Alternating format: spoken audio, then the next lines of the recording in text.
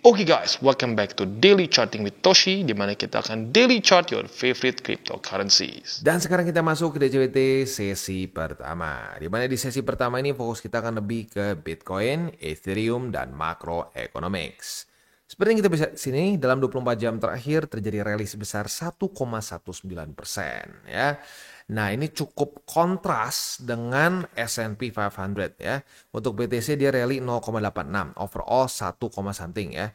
Nah, tapi yang bikin concerning adalah S&P 500 yang kemarin ngedump. Begitu. Kalau kita lihat dia ngedamnya itu nggak main-main loh ya, apalagi buat skala S&P 500 ya. Kemarin S&P itu ngedam sebesar 5,96%. Ini ada apa nih ya? Kenapa dengan Bitcoin cukup berbeda? Nah, seperti kita sudah sering bahas, S&P 500 itu seringkali berkorelasi dengan Bitcoin. Begitu, mereka seringkali kejar-kejaran.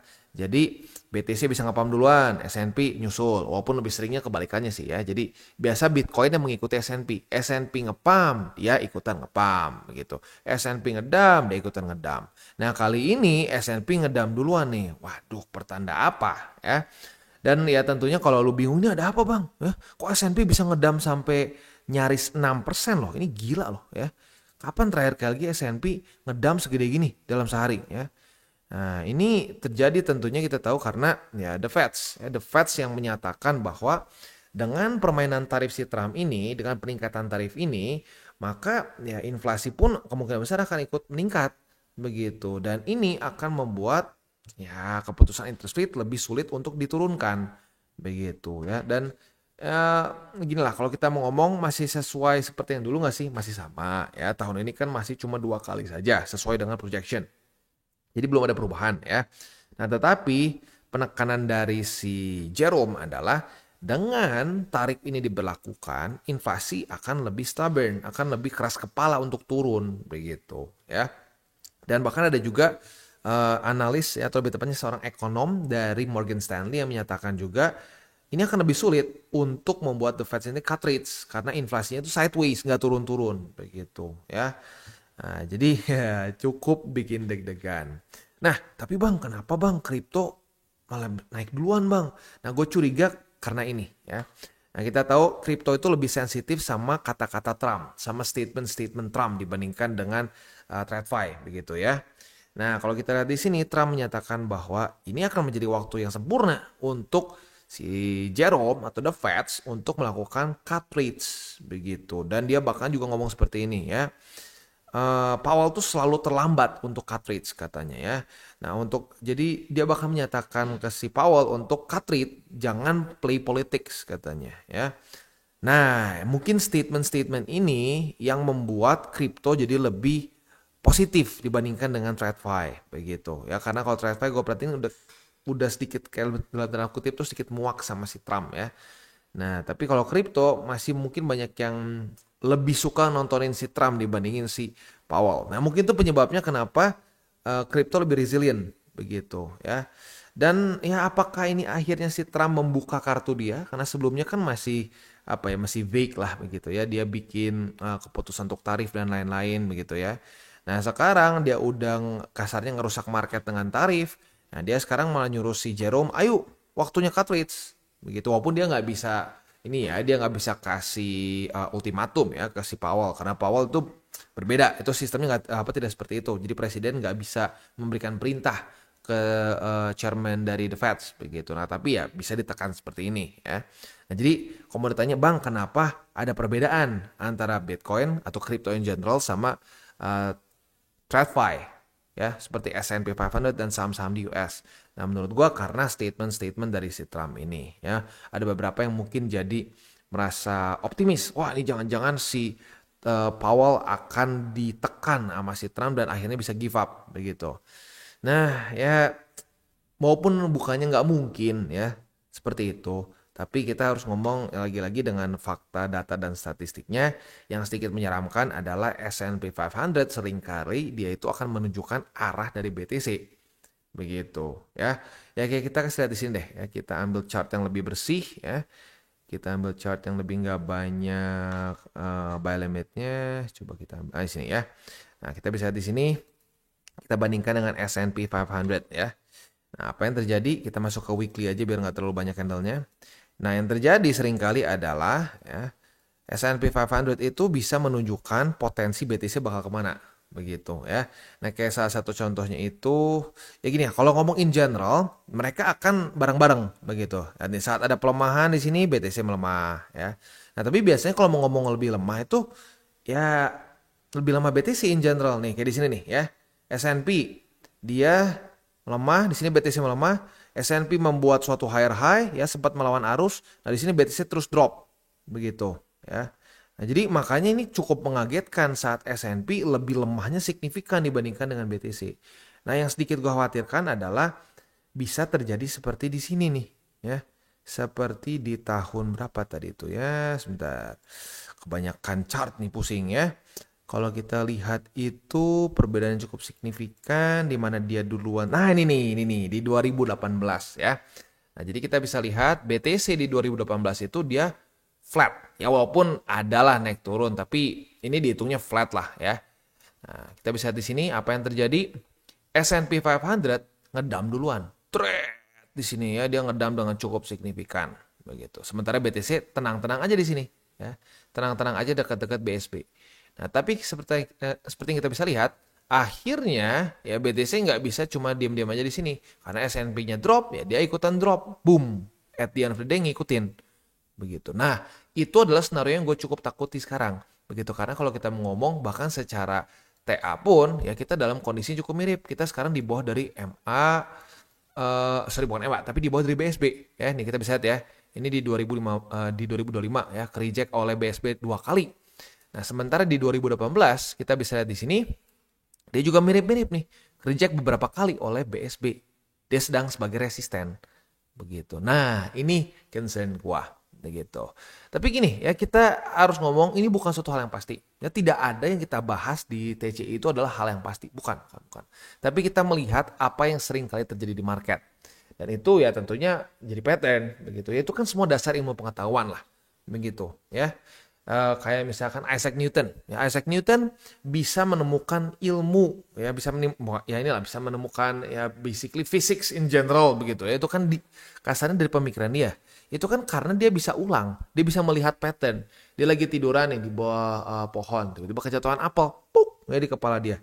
Nah itu kalau dia nggak observasi itu, ya berarti kan dia akan melihat bahwa udah ini random aja. Karena orang semua melihat dong ya barang jatuh dan lain-lain gitu. Nah tetapi Isaac Newton melihat bahwa oke, ini adalah satu hal yang punya pattern. Nah pattern ini bisa jadi rule. Nah itu gitu. Nah ini gue bukan bilang rule ya, tapi ini adalah statistik yang sering kali terjadi. Dimana kalau S&P melakukan gerakan duluan, itu ujung-ujungnya diikuti oleh BTC. Dan ini bukan cuma soal dump ya, ngepam juga bisa ya. Kayak contohnya itu di cycle ini tuh, nah di sini nih ya, kita bisa lihat di mana BTC masih melemah nih. Nah, kan awalnya sama-sama nih, sama-sama melemah di Maret ya. Nah, tetapi perbedaannya di April S&P mulai menguat, S&P menguat melawan BTC. Lama-lama apa? Lama-lama BTC ngikutin juga S&P. Begitu. Ya jadi ini vice versa ya, bukan cuma urusan bearish doang, tapi bullish juga sama.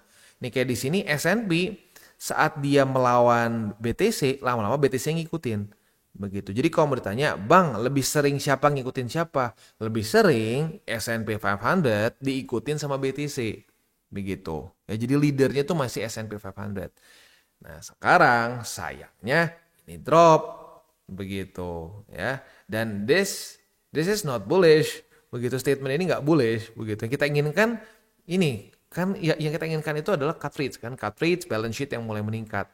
Nah kalau si Jerome masih terus dengan pandangan yang dia bahas seperti ini ya, menurut dia inflasi susah dikontrol dan lain-lain, ya itu nggak akan memperbaiki situasi sekarang gitu ya. Satu-satunya cara yang mungkin si Powell intimidasi terus sama si Trump sampai akhirnya nyerah. Itu mungkin aja bisa terjadi. Tapi kalau kita ngomongin si Powell stick sama his plan, ya it's not gonna be good. Begitu, the liquidity bakal ada drought gitu, bakal ada kekurangan liquidity yang besar. Nah, liquidity yang kurang di market itu adalah permasalahan besar bagi risk on asset. Bukan cuma kripto ya, risk on asset termasuk S&P 500, Dow Jones, saham-saham dan lain-lain. Banyak begitu ya. Jangan sampai berpikir itu berbeda, itu sama-sama risk on begitu ya. Nah, jadi Lagi-lagi nih, jujurnya gue ini lumayan concerning nih movement dari S&P 500 begitu, karena ya historically speaking dia yang akan memimpin dan ujung-ujungnya akan diikuti oleh BTC begitu ya. Nah, semoga kalau sampai terjadi movement ini ya mengikuti S&P jangan sampai se ekstrim ini begitu ya. Semoga ketahan oleh beberapa support yang major di sini, karena kalau sampai nggak ketahan kita bisa benar-benar pecah nih ya, bisa bisa ada kemungkinan pecah apa namanya statistik kuartal 4 pulsar finger begitu ya. Ya, ini jujurnya lumayan concerning, lumayan bikin sport jantung begitu ya. Ya sudah, tapi mau nggak mau, ya udah tinggal kita tunggu saja tanggal mainnya seperti apa. Apakah nanti BTC akan mulai mengikuti lagi S&P seperti di 2018 begitu. Dan ya kalau gue sih harapannya baik lagi satu aja, semoga struktur-struktur support utama ini bisa nahan begitu ya, terutama MA50 dan juga kalau sampai week ya 73.000.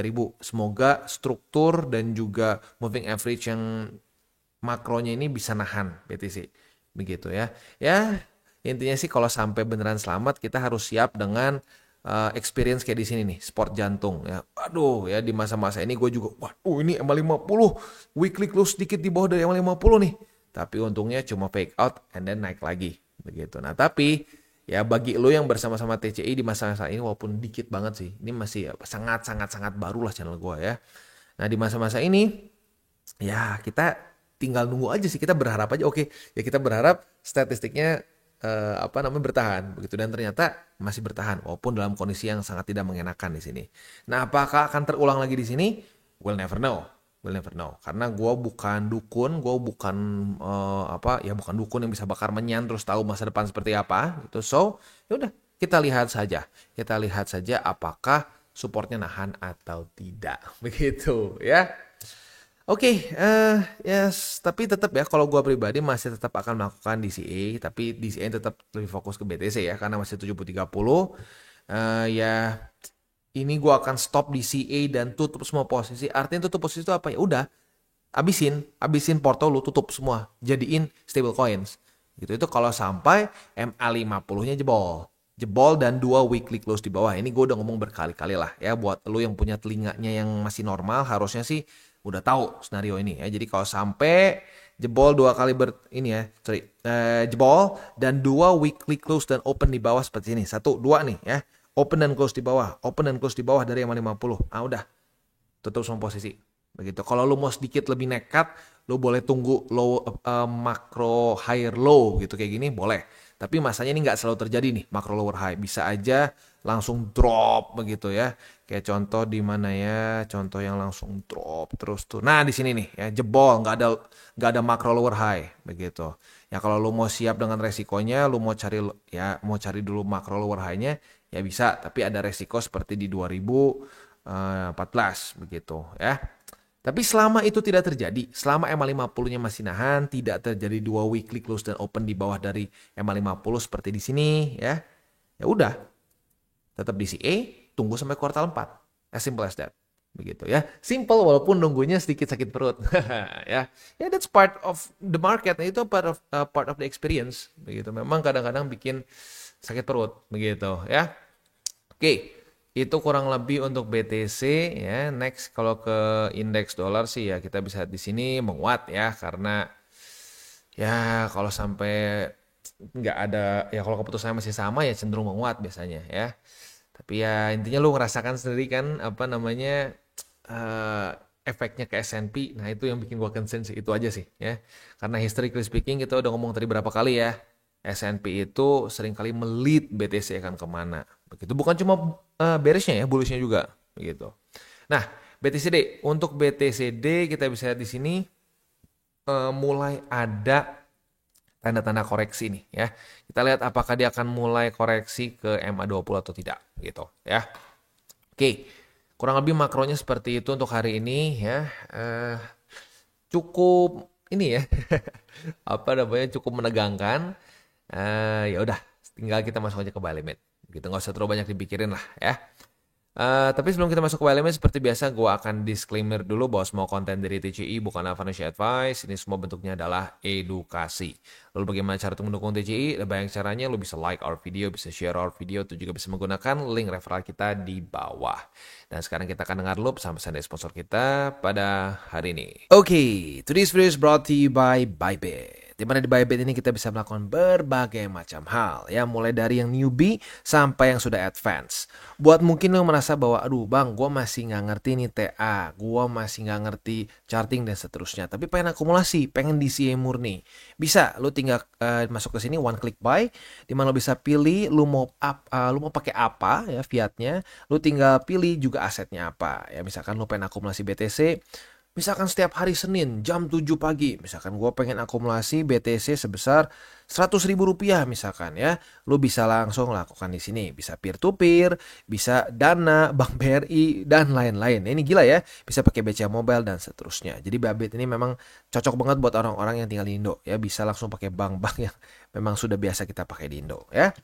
Nah, buat yang intermediate sampai advance juga di sini ada spot, nah, dan juga ada leverage tokens, dan tentu juga ada derivatives trading, di mana kita bisa menggunakan kontrak yang USDT maupun USDC.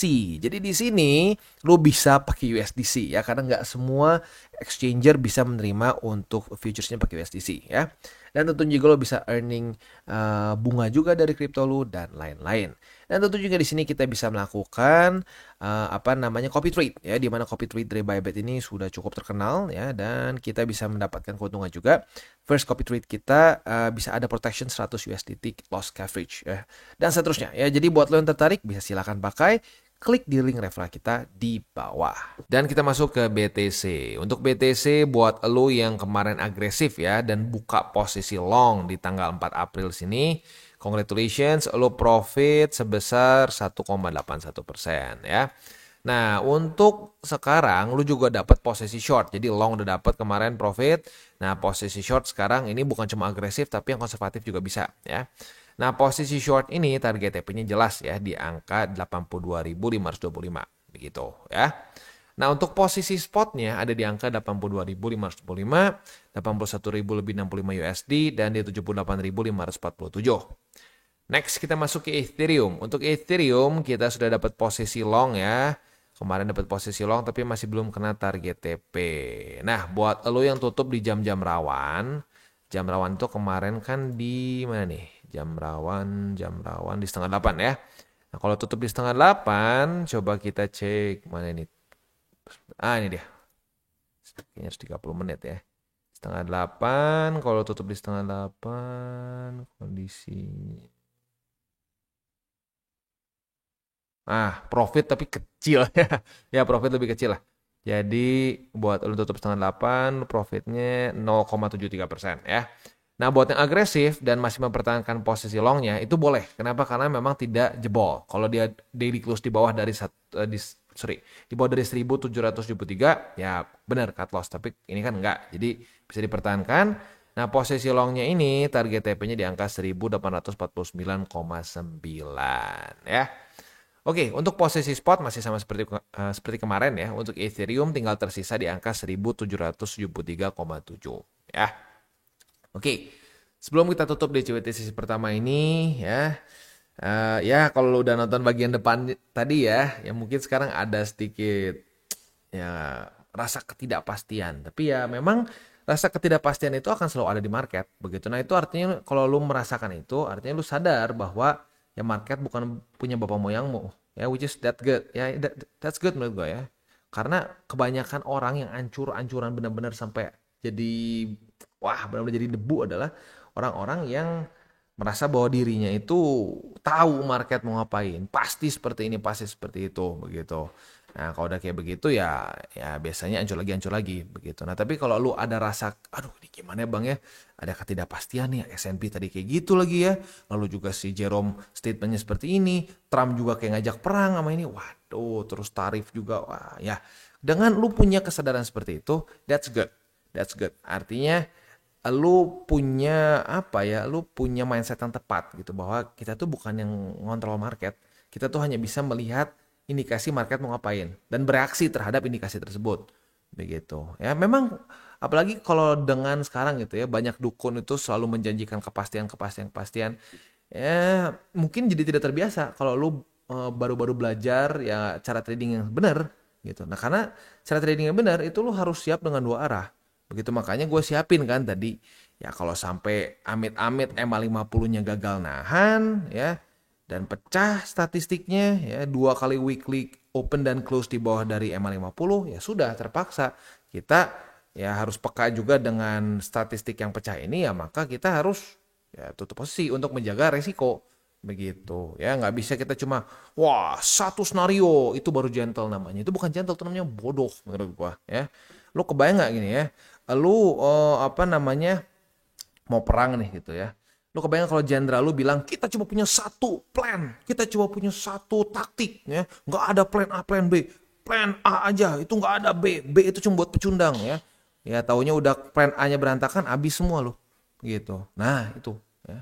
Jadi ya, intinya sih sabar saja, kita tunggu market mau ngapain. Yang penting selama aturan kita masih belum ke break, SOP kita masih terus DCA ya DCA, konsisten aja. Begitu ya. Oke, kita tutup dengan 3 golden rules. Jangan pakai uang panas, jangan over leverage, berpikirlah jangka panjang ya. Dan yang terakhir saham tabur tuai. Apa yang lu tabur akan lu tuai, jadi taburlah sebanyak mungkin hal baik. Oke guys, jadi itu adalah akhir dari segmen DCWT kita pada hari ini. Dan jangan lupa bagi kalian yang merasakan manfaat dari segmen ini, jangan lupa untuk share ke teman-teman kalian. Dan apabila lu pengen mensupport channel kita, ya TCI, jangan lupa untuk menggunakan link referral kita di bawah. Nggak wajib ya, tetapi apabila lu menggunakan link referral kita di bawah, ada macam-macam ya, dari Bybit, Huobi, Maxi, toko kripto, dan banyak lagi ya. Ya, walaupun nggak wajib, tapi kalau menggunakan link referral kita, lu secara langsung membantu perkembangan dari TCI. Dan satu lagi, jangan lupa juga untuk join Telegram group kita, di mana kita bisa ngobrol-ngobrol santai mengenai dunia cryptocurrency secara dua arah. So, jangan lupa untuk like, subscribe, click the bell icon, and see you on the next video.